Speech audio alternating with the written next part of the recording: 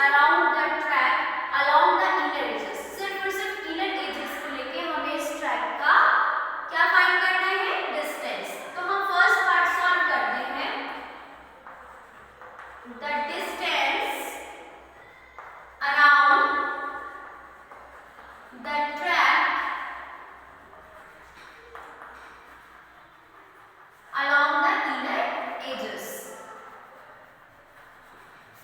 तो क्वेश्चन में इतना होने के बाद इतना हमें समझ में आता है कि हमारे पास जो टोटल पॉइंट है वो क्या है।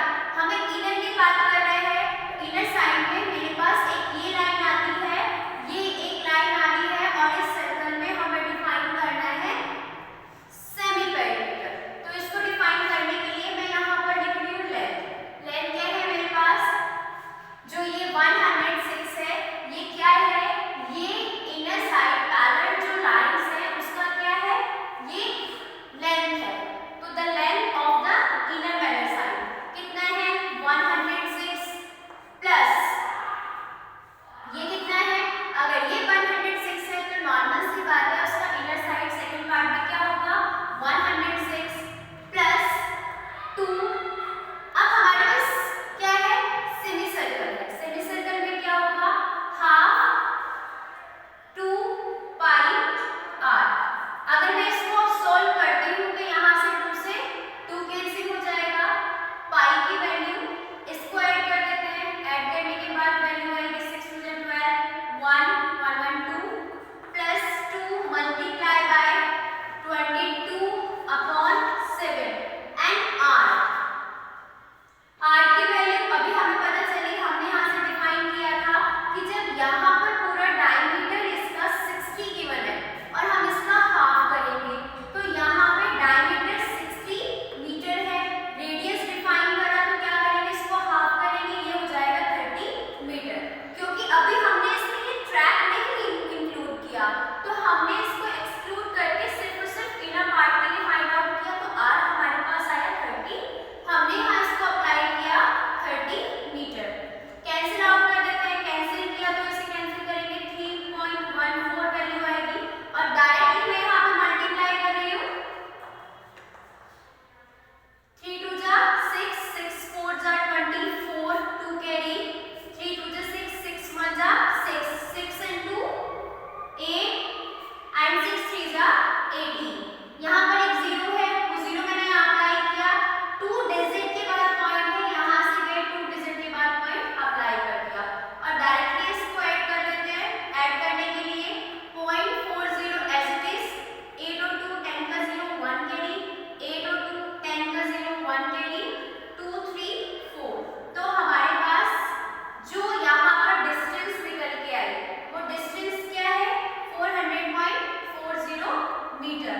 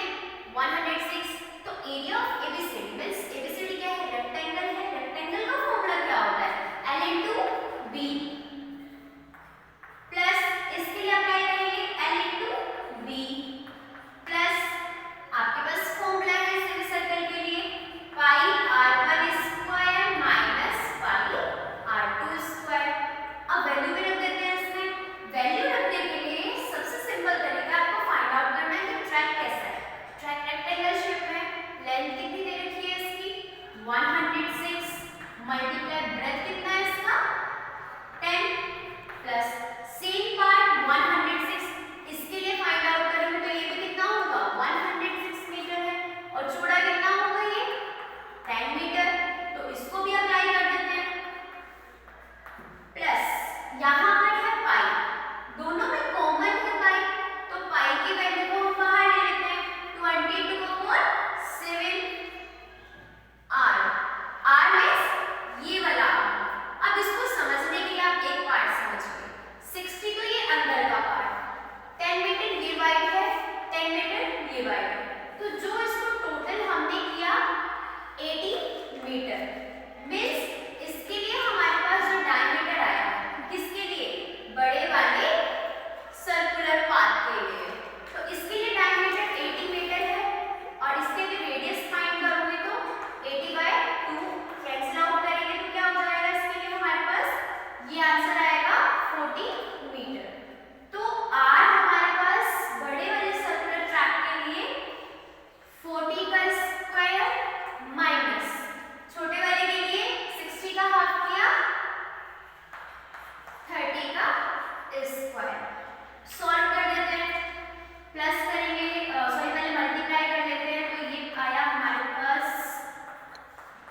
10/1060 and 1060 प्लस 22/7, इसका स्क्वायर किया तो 4×4 = 16, 2 को भी 2 टाइम्स लिख दिया, 0 को 2 टाइम्स लिखा, 3 का स्क्वायर 9 और 2 टाइम्स लिखा, माइनस करेंगे तो 0 0, 16 में से आपने 9 माइनस किया तो आपके पास बचेगा 7, 22/7 प्लस अब इसको यही प्लस कर देते हैं हम 0 6 6 12 1 कैरी, तो यहाँ पे बना जाएगा 1/2, कैंसिल आउट कर देते हैं, तो कैंसिल आउट किया 100, डायरेक्टली इसकी मल्टीप्लाई करेंगे तो यहाँ पे हमारे पास वैल्यू आएगी, मल्टीप्लाई किया तो 22×1 = 22, 2120 प्लस 2200, अब इसको सॉल्व करेंगे तो प्लस किया 0 2 3 and 4, तो जो हमारे पास एरिया निकल के आया area of a track is equals to 4320 metre square. So ये टोटल हमारे पास था, आप इसको एक बार से फिर से समझेंगे तो आपको ये क्लियर हो जाएगा कि पहले आपने सिर्फ और